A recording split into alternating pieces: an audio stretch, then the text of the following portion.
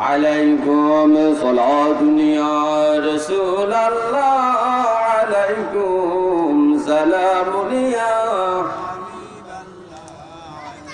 হাজারা জিবরাইল আন্দর বসার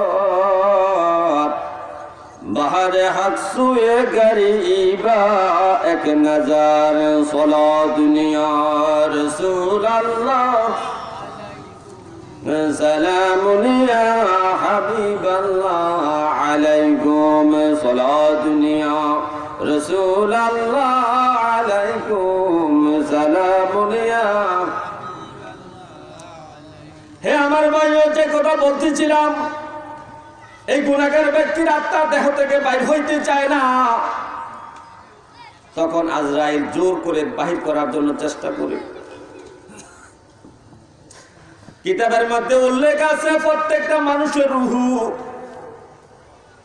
এই দেহের মধ্যে যতগুলো অঙ্গ প্রত্যঙ্গ আছে সবগুলোর সাথে একটা, যেমন গাছের গোড়ায় দেখেন শিকড় চতুর্দিকে ছড়িয়ে থাকে, গাছ কিন্তু একটা, কিন্তু শিকড় গুলা চতুর্দিকে ছড়িয়ে থাকে, ছড়িয়ে ছিটিয়ে থাকে, মাটিকে আঁকড়িয়ে ধরে থাকে। এই আমাদের রুহের প্রত্যেকটা অঙ্গের সাথে একটা সংযোগ আছে। রুহের দুইটা চোখের সাথে দুইটা নালী আছে, দুইটা রগ, দুইটা শিকড় দিয়ে আমাদের চোখকে ধরে আছে রুহটা। জিহ্বার সাথে আমাদের রুহের একটা সংযোগ আছে, একটা শিকড় দিয়ে ধরে আছে। আমার দুই হাতের সাথে রুহের একটা সম্পর্ক আছে, শিকড়ের মতো আমার হাত দুইটা ধরে আছে। অর্থাৎ রুহু আমার অঙ্গ প্রত্যঙ্গ প্রত্যেকটা জায়গার সাথে সে শিকড়ের মতো বেরি দিয়ে আমাকে ধরে আছে। এখন রুহুকে টান দিলে রুহু বাইর হইতে চায় না, ডাক দিলে রুহু বাইর হইতে চায় না। আজরাইল জোর করে তাকে বাইর করার জন্য চেষ্টা করে। এমন ভাবে আজরাইল তাকে খামটা দিয়া ধরে এমন জোরে টান মারে, টানের ছুটে রুহু অঙ্গ প্রত্যঙ্গের প্রত্যেকটা জোড়ায় জোড়ায় ঠাস ঠাস করে ছিঁড়ে ছিঁড়ে হঠাৎ করে এভাবে আজরাইলের হাতে চলে আসি। এই মরণটা কত কষ্ট! আল্লাহর নবী ইদ্রিস আলাইহিস সালাম শখের মৃত্যুবরণ করেছিলেন। আজরাইল বলে, রাব্বে কারীম, তোমার বান্দা ইদ্রিসের সাথে আমার বন্ধুত্ব করতে মনে চায়, একটু খাতির করতে মনে চায়। তোমার বান্দা ইদ্রিসকে আমার পছন্দ হয়েছে। আজরাইল বলতেছে, তুমি যদি একটু অনুমতি দাও তাহলে তোমার নবী ইদ্রিসের সাথে একটু ভালোবাসা করবো, মহব্বত করবো, বন্ধুত্ব করবো। আল্লাহ বলে, যাও বন্ধুত্ব করো। ইদ্রিস নবীর কাছে আজরাইল আসছে। আজরাইল বলতে, আসসালামু আলাইকুম আইয়ুহান নবী। ইদ্রিস বলতেছেন, ইদ্রিস আলাইহিস সালাম বলতেছেন, আজরাইল ভাই কি খবর? তো আপনার কাছে আইছি আপনার সাথে খাতির করার জন্য, বন্ধুত্ব করার জন্য। দুনিয়াতে যত মানুষ আছে এর মধ্যে আপনাকে আমার ভালো লাগছে, আপনার সাথে মহব্বত করতে মনে চায়। ইদ্রিস তুমি শর্ত দিয়েছে, 3টা শর্ত যদি পালন করো তাহলে তোমার সাথে বন্ধুত্ব করা যায় কিনা চিন্তা করব। তো 1 নম্বর শর্ত, আমাকে মারতে হবে, জিন্দা করতে হবে, মারতে হবে, জিন্দাও করতে হবে। এভাবে 3টা শর্ত দিয়েছেন। আল্লাহর কাছে গেছেন, আল্লাহ গেছিলাম তো ভালো জায়গায়, কিন্তু বেজার লাগাই দিছে। বলতেছে, তোমার নবীকে আমি মারতে হইব, জিন্দা করতে হইব। এখন কি করব? কিন্তু আমার তোমার নবীর সাথে তো আমার বন্ধুত্ব করতে মনে চায়। আজরাইলকে আল্লাহ আদেশ করে, আজরাইল আমার বন্ধু যা চায় তুমি তা করো। আজরাইল জমিনে আইসা ইদ্রিস আলাইহিস সালামকে জান কবজ করছেন। কিছুক্ষণ পরে আবার জানটা দেহের মধ্যে দিয়ে দিয়েছেন। এই ইদ্রিস নবীকে প্রশ্ন করেছিল যে, আপনি শখের মৃত্যুবরণ করেছেন, কেমন হয়েছে আপনার মৃত্যুটা আপনি বলেন। কেমন যাতনা হয়েছে, যন্ত্রণা হয়েছে বলে। ইদ্রিস নবী বলতেছেন, ও দুনিয়ার মানুষ, শখের মরণটা কত কষ্ট তুমি দেখো। একটা জীবন্ত বকরি একটা জীবন্ত বকরি, তার পাগুলা উপর দিকে গাছের ডালায় বেঁধে চামড়া গুলা টেনে টেনে যদি সিলে মাথা দিয়ে বাইর করা হয়, বকরিটা যেমন চিল্লা চিল্লি করবে, কষ্ট ভোগ করবে, এর চেয়ে 1000 গুণও বেশি কষ্ট হয়েছিল আমি নবী ইদ্রিসে। শখের মৃত্যুটা এরকম কষ্ট হয়েছে। আর বৎকারের মরণটা,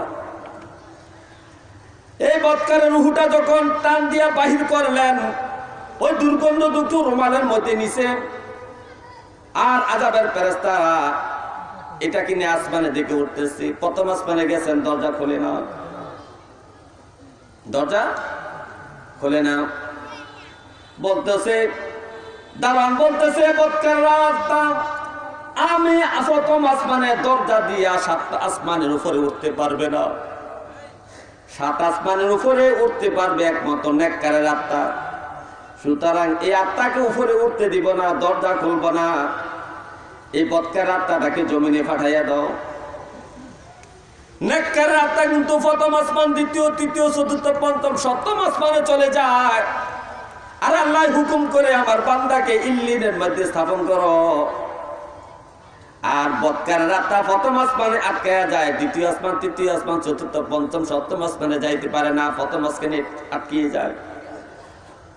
যখন যাইতে আর দেওয়া হয় না, তখন আমার আল্লাহ ডেকে বলে, হে আমার আজরাইল, হে আমার ফেরেশতারা, এই বৎকার বান্দার আত্মাটা সিজ্জিনের মধ্যে রেখে দাও, সিজ্জিনের মধ্যে রেখে দাও।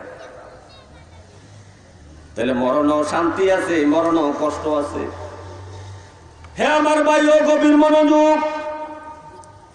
এই যে আপনাকে আমাকে কবরে দিবে, কবরে দেওয়ার পরে আপনাকে আমাকে 3টা প্রশ্ন করার জন্য ফেরেশতা আসবে, 2 জন ফেরেশতা। নবীজি বলছেন 2 জন ফেরেশতা। নমুনা কি শোনো, শুধু নাম তো শুনছো, মুনকার আর নাকির, জানো না তো ফেরেশতা গুলা কেমন। মুনকার এবং নাকির 2 জন ফেরেশতা কবরে আসে। এই 2 জন ফেরেশতার চেহারা হইল কালো বর্ণের, ভয়ঙ্কর চেহারা, কালো বর্ণের, কালো মানুষ, খুব ভয়ঙ্কর চেহারা মুনকার নাকিরের চেহারা। আর তাদের চোখ হলো নীল রঙের। আরে ভাই, আমাদের সমাজে যদি কারো চোখ নীল হয়, আপনি তো ভয় পাইবেন। নীল চোখওয়ালা ব্যক্তির সাথে চলতে আপনার ভয় লাগবে, লাগবে না? তার চোখ স্বভাবত সাদা হয়, নাহলে কালো হয়, ঠিক না? অর্থাৎ যেটা আমরা বিলাই চোখ বলি নাকি, এরকম হওয়া, নাহলে কালো হবে, ঠিক। কিন্তু নীল যদি হয়, আপনাকে কেমন লাগবে? ভয় পাইবেন না?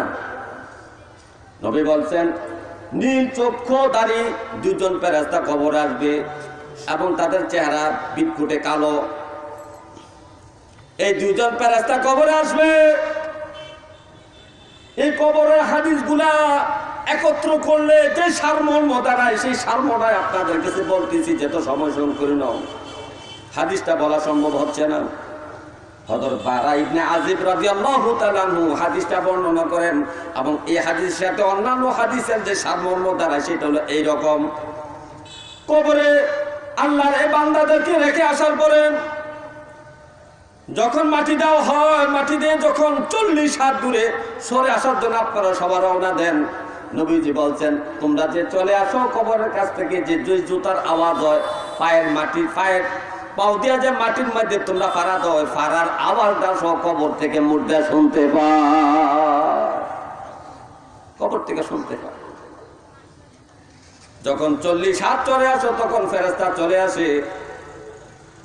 এই জন্য নবীজি কবরের একটু দূরে দাঁড়াইয়া তাসবিহ তাহলিল তেলাওয়াত করতেন, দোয়া করতেন। হে আমার ভাইও, এই ফেরেশতা যখন চলে আসে, এই কবরে রাখার সাথে সাথে যদি নেককার বৎকার হয় অথবা নেককার হয়, এটার একটা আলাদা ব্যবস্থা হয়। তবে বৎকারের অবস্থা বলি আপনাকে, শোনেন।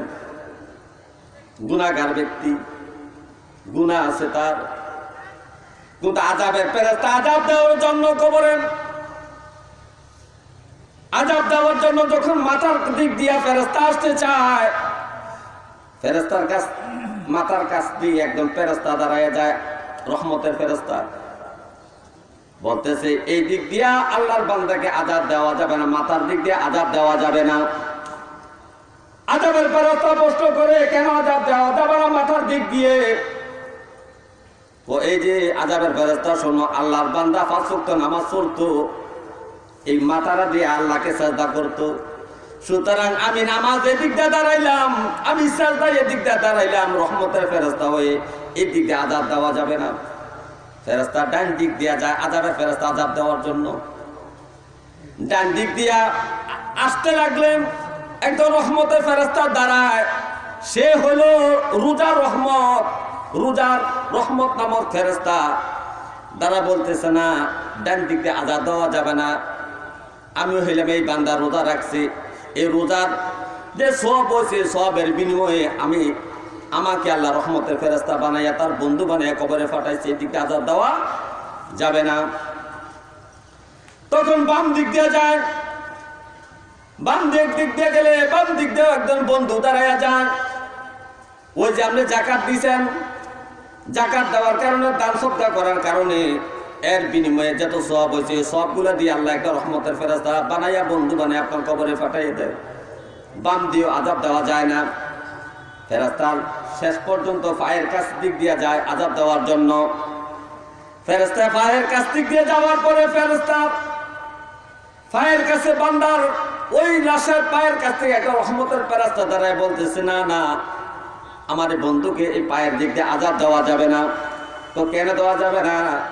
তো জানো না এই আল্লাহর বান্দা এই পায়ে হেঁটে হেঁটে মসজিদে যাইতো, মাহফিলে যাইতো, আর কত নেক কাজে পা হাতিয়া হাতিয়া করেছে, আর এই নেক কর্ম করার কারণে পায়ের দ্বারা সাফা মারওয়া সাই করেছে, মক্কা মদিনা দৌড়াইছে, তাওয়াফ করেছে, এই যে নেক কাজ করছে পায়ের দ্বারা।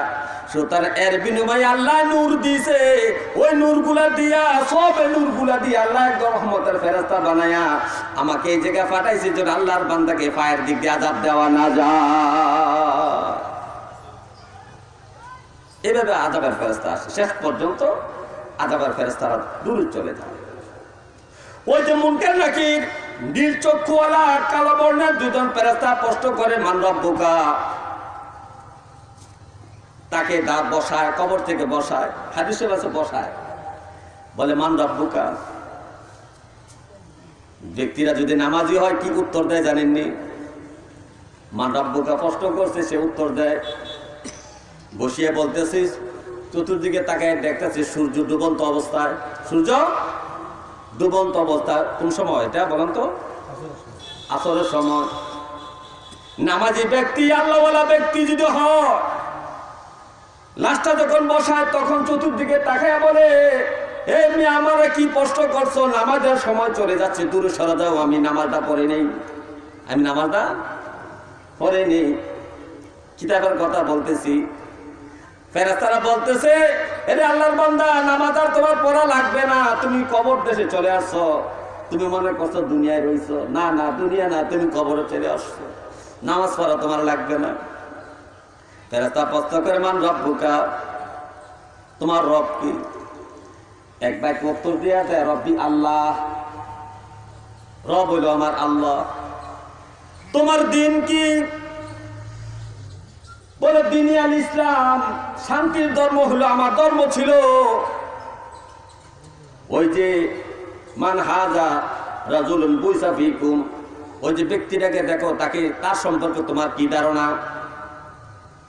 তখন সে বলবে হাজা রাসূলুল্লাহ মুহাম্মদ সাল্লাল্লাহু আলাইহি সাল্লাম, সে হলো আমার নবী মুহাম্মদ সাল্লাল্লাহু আলাইহি সাল্লাম। ফেরেশতারা আরেকটা প্রশ্ন করে তুমি কিভাবে জানতে পারলা রব তোমার আল্লাহ, দিন তোমার ইসলাম, আর এই ব্যক্তিরা তোমার নবী, তুমি কিভাবে জানতে পারলা? কিতাবের কথা, কিতাবে আছে, হাদিস শরীফের মধ্যে আছে, বলতেছে ফাকরাউ কিতাবুল্লাহ, ফাকরাউ কিতাবুল্লাহ, আমি আল্লাহর কিতাব কোরআন পড়েছি, আর কোরআন পড়ে পড়ে সব কথাগুলো আমি জেনেছি। তার মানে কোরআন পড়া হলো একটা বরকতপূর্ণ কাজ। এই জন্য আমাদের সবাইকে কোরআন তেলাওয়াত করতে হবে, কোরআন শিক্ষা করতে হবে, আমাদের ছেলে মেয়েদেরকে কোরআন শিক্ষা দিতে হবে। এই যে নবীজি নিজেও বলেছেন কোরআন শিক্ষা করা ফরজ। তাআল্লামুল ফারাইদা ওয়াল কুরআনা। নবী বলেন আল্লাহর ফরজ শিক্ষা করা ফরজ, কোরআন শরীফ শিক্ষা করা ফরজ, কোরআন তেলাওয়াত করা নফল, কোরআন তেলাওয়াত শোনা হলো ওয়াজিব। হে আমার ভাইও, যখন তাকে প্রশ্ন করে তুমি কিভাবে জানতে পারলা, তখন সে উত্তর দেয় ফাকরাউ কিতাবুল্লাহ, আমি আল্লাহর কিতাব পড়েছি, কিতাব পড়ে পড়ে সেই কথাগুলো জেনেছি। তখন ফেরেশতা বলে সাদ্দাকতা সাদ্দাকতা, তুমি সত্য কথাই বলেছ, সত্য কথা বলেছ, আমরা ধারণা করছিলাম তুমি এইরকম উত্তর দিবে। আকাশ থেকে আল্লাহ ঘোষণা করে, হে আমার ফেরেশতারা, আমার বান্দাকে আর প্রশ্ন করিও না, আমার বান্দাকে ছেড়ে দাও, আমার বান্দার কবরটা প্রশস্ত করে দাও, আমার বান্দার কবরের সাথে জান্নাতের দরজা খুলে দাও, আমার বান্দার কবরে জান্নাতের বিছানা বিছাইয়া দাও, আর জান্নাতের সুগন্ধ মেশকাম্বার আমার বান্দার কবর দিয়া দাও, আর কবরটা অন্ধকার রাখিও না, কবরটাকে আলোকিত করে দাও। কবরটা কি করো? আলোকিত করে যাও। আর ফেরেশতারা বলে, রে আল্লাহর বান্দা, তুমি সুসংবাদ গ্রহণ করো, ওই যে দেখো, ওই যে জান্নাত, এটা তোমার জন্য রেডি। এরপরে জাহান্নাম দেখাইবো, ওই যে জাহান্নাম দেখছো, এটা তোমার জন্য ছিল, কিন্তু তুমি নেক আমল করার কারণে, ঈমানের কারণে জাহান্নামের পরিবর্তে জান্নাত পেয়েছো। জাহান্নামের পরিবর্তে তোমার জন্য সুসংবাদ, সুসংবাদ। তখন আল্লাহর বান্দা বলে, হে আমার ফেরেশতারা, আমাকে একটু ছেড়ে দাও, আমি যে ভালো আছি এই কথাটা আমার পরিবার পরিজনদেরকে একটু জানাই আছি, আমার মা বাবা ভাই বোন ছেলে মেয়েরে জানাই আছি। ফেরেশতার ভাবে জানানোর দরকার নাই, তুমি এমন ভাবে ঘুমাও, বাসর রাতে স্বামী স্ত্রী যেমন ভাবে ঘুমায়, স্বামী স্ত্রীর আপন লোকে ছাড়া কেউ জাগাইয়া দেয়, এমন ভাবে ঘুমায়। কিয়ামত পর্যন্ত তুমি এই কবরের মধ্যে জান্নাতের বাগানে ঘুমাইতে থাকো, তোমাকে কেউ আর ডাক দিবে না। যখন কিয়ামতে ফু দিবে, তখন ওঠার জন্য ঘুম থেকে উঠবে, উঠি রওনা দিবে হাসরের মাঠে। প্রশ্ন করবে আল্লাহ, বান্দারে কতক্ষণ ঘুমাইছিল? কিন্তু ঘুমাইলাম আর উঠলাম, তো ঘুমাইলাম তো কই, শুইলাম আর উঠলাম, ঘুমাইলাম আর কই। তাহলে এত কম সময় হবে কবরের জীবনটা কার জন্য? মুমিন ব্যক্তির জন্য, নামাজি ব্যক্তির জন্য, সৎ ব্যক্তির জন্য, নেককার ব্যক্তির জন্য, মুত্তাকি ব্যক্তির জন্য, আশিক রাসূলের ব্যক্তির জন্য। কিন্তু গুনাহগার, বেনামাজি, সুদখোর, ঘুষখোর, গীবতকারী, জানাকারী, এতর জন্য কি সুবিধা থাকবে বলেন? সালাতুন ইয়া রাসূলুল্লাহ আলাইকুম, সালামুন ইয়া হাবিব আলাইকুম, সালাতুন ইয়া রাসূলুল্লাহ আলাইকুম, সালামুন ইয়া। হে আমার ভাইও, এই যে মরণের কথা আছে, আল্লাহ বারবার মরণের কথা স্মরণ করে দিচ্ছেন। নবীজি বলছেন, এই আমার উম্মত, মৃত্যুকে দৈনিক 40 বার স্মরণ করবা। কয়বার? 40 বার স্মরণ করবা। তুমি যে মরবা, কি নিয়ে কবরে যাইবা, একটু চিন্তা করো। এই কথাটা আল্লাহ কোরআনে বলছে, অল তানজুর নাফসু মা কাদ্দামাত লিগাদিন। ওরে বান্দারে, একটা চিন্তা করো না, তুমি যে মরবা, তুমি যে পরকালে যাইবা, কবরে যাইবা, কবরের জন্য কি পুঁজি সংগ্রহ করছো, কবরে তুমি কি নিয়ে যাইবা, একটু চিন্তা করো না।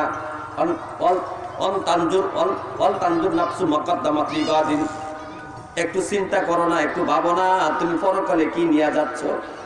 আল্লাহ আমাদেরকে এভাবে বোঝানোর পরেও আমরা নামাজ ছেড়ে দিচ্ছি। সামান্য একটু নামাজে, সামান্য একটু কাজের উসিলায়, সামান্য ব্যবসার উসিলায়, সামান্য অজুহাতে আমরা নামাজ ছেড়ে দিয়েছি। পরকালের ফুজির কোনো ব্যবস্থা নাই। হাসরের মাঠে সর্বপ্রথম আপনার যত হিসাব হবে, ইমানদারের জন্য ইমানের পরে ইমানদারের জন্য সর্বপ্রথম হিসাব হইব নামাজের হিসাব। কিসের হিসাব? নামাজের হিসাব। তো নামাজ যে আমরা পড়ি না, আমাদের উপায় কি বলেন?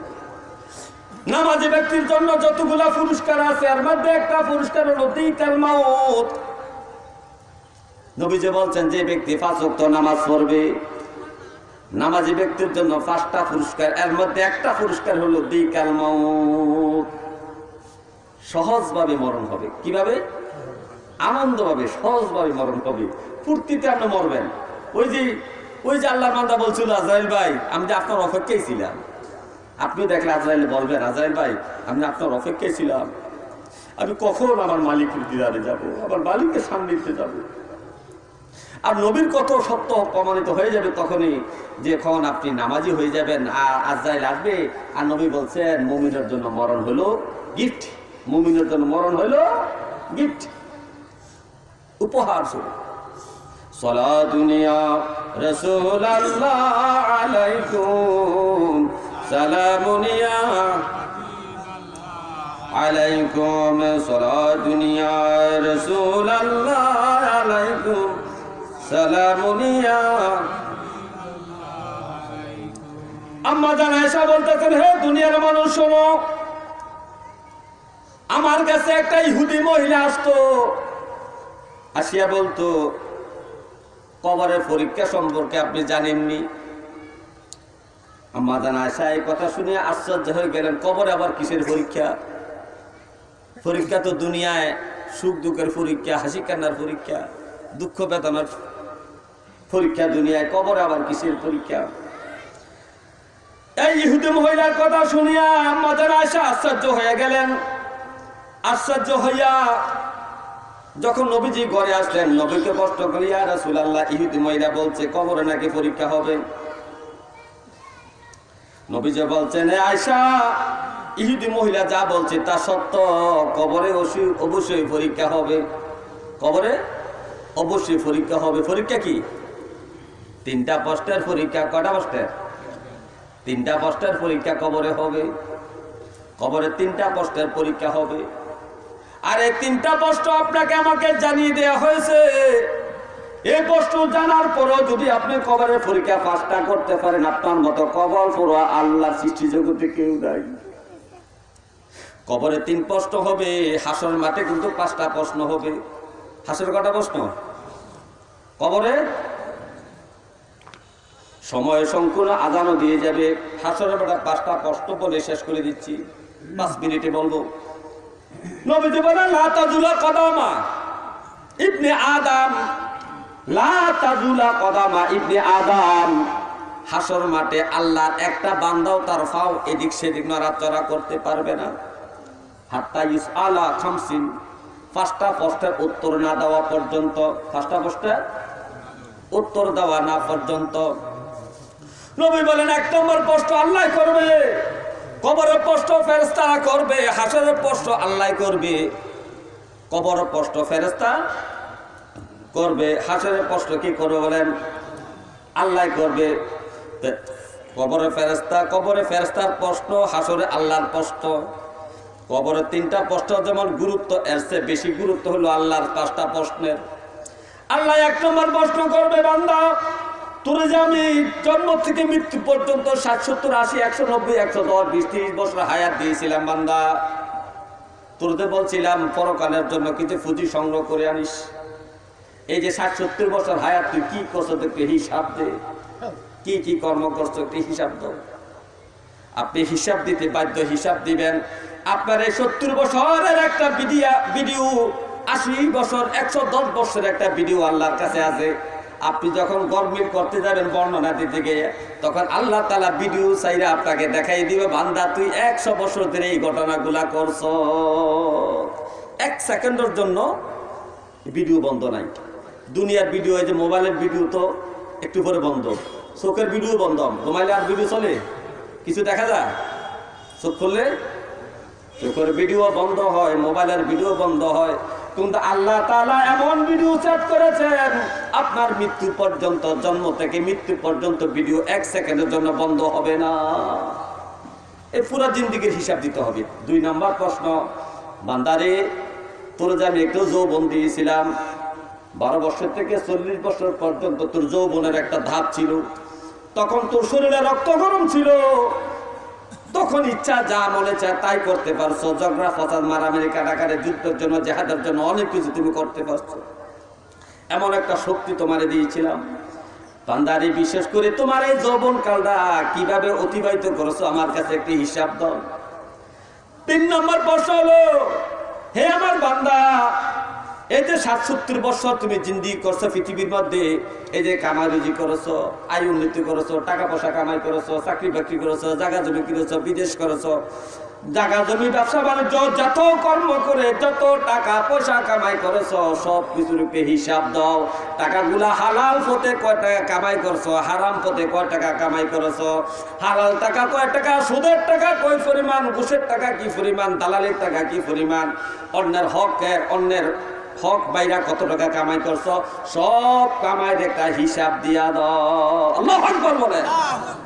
৪ নাম্বার প্রশ্ন, বান্দা এই যে টাকা পয়সা জায়গা জমি দন দৌলত কামাইছো, ওলামাই সব কিছু তোমার ছিল, এইগুলারে কোন কোন খাতে কিভাবে, হালাল পথে না হারাম পথে, নেকের পথে না গুনার পথে, কোন পথে তুমি খরচ করেছো, ব্যয় করেছো, একটা হিসাব দাও। ৫ নাম্বার প্রশ্ন হলো, বান্দারে ওয়া আমিলা মান আলিমা মান আমিলা মান আলিমা, এই যে তুমি জানছো ইসলাম সম্পর্কে যতটুকু জানছো, এই জানা অনুযায়ী কতটুকু এলেম, কতটুকু আমল করছো। আপনি আমি জানি যাকাত ফরজ, কে না জানে যাকাত ফরজ? তো যাকাত ফরজ আমরা জানি, জানার পরে কতটুকু আমল করছি উপযুক্ত হওয়ার পরে। নামাজ ফরজ আমরা সবাই জানি, ছোট থেকে বৃদ্ধ পর্যন্ত সবাই এক ব্যক্তি বলে নামাজ ফরজ। এই যে তুমি ফরজ কথাটা জানলা, তুমি কতটুকু ফরজ আমল করছো একটু হিসাব দাও। এই যে টুপি মাথার দেওয়া সুন্নত তুমি জানো, প্রত্যেকটা মানুষ কথায় কথা বলে টুপি দেওয়া মাথায় সুন্নত। এই সুন্নত জানার পরে রে বান্দা কি পরিমাণ আমল করছো একটু হিসাব দাও। তুমি জানো জান্নাত, এই দাড়ি রাখা, দাড়ি হলো সুন্নত, রাখা কিন্তু ওয়াজিব। দাড়ি কি? দাড়ি সুন্নত, দাড়ি কি? রাখা ওয়াজিব। আমাদের সমাজে একটা মাসলা বলা আছে, দাড়ি রাখা সুন্নত বলে। দাড়িটা সুন্নত কিন্তু রাখা কি? ওয়াজিব। তুমি জানো দাড়ি সুন্নত, নবীর সুন্নত, নবীদের সুন্নত, আম্বিয়া কেরামের সুন্নত, সাহাবাদের সুন্নত, আউলিয়া কেরামের সুন্নত। এরে বান্দা তুমি জানছো কিন্তু আমল কুদ্দুর করছো একটু হিসাব দাও। তুমি জানো মা বাবার খেদমত করা ফরজ, আমি আল্লাহ তোমাকে বলেছি না মা বাবার খেদমত করা ফরজ, নবীও বলেছে মা বাবার অবাধ্য সন্তান জাহান্নামে যাবে। আরে বান্দা তাহলে তুমি কতটুকু মা বাবার খেদমত করছো একটু হিসাব দাও, কতটুকু আমল করছো হিসাব দাও। অর্থাৎ আপনি যতটুকু জানছেন এই জানা অনুযায়ী কি পরিমাণ আমল করছেন সব হিসাব আবার আল্লাহর কাছে হাসর মাটি দিতে হবে। ছাড় নাই, ছাড় নাই।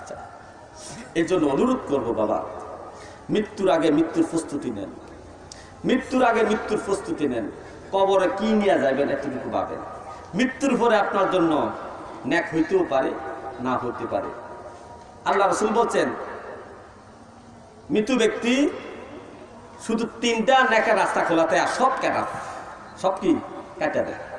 একটা হলো সদকা জারিয়া, আপনি যদি মসজিদ মাদ্রাসা টাকা পয়সা দিয়ে যান, যতদিন মসজিদ মাদ্রাসা থাকবে ততদিন আপনার কবর প্রতিদিন নেক সিরিয়ালে থাকতে থাকবে। সুবহানাল্লাহ বলেন। যদি বালা ছেলে রেখে যেতেন পারে, নামাজি ছেলে, 5 ওয়াক্ত নামাজ পড়ে, নেককার ছেলে, সুদ ঘুষ খায় না, এরকম নেককার ভালো সন্তান রেখে যান, কোরআনে হাফেজ, আলেম ওলামা, অথবা স্কুল কলেজে পড়ছে কিন্তু নামাজ পড়ে 5 ওয়াক্ত, এরকম সন্তান যদি রেখে দেন, যত ওক্ত নামাজ পড়ো, যত দোয়া করো সব আপনার কবরে দেবে। সুবহানাল্লাহ বলেন।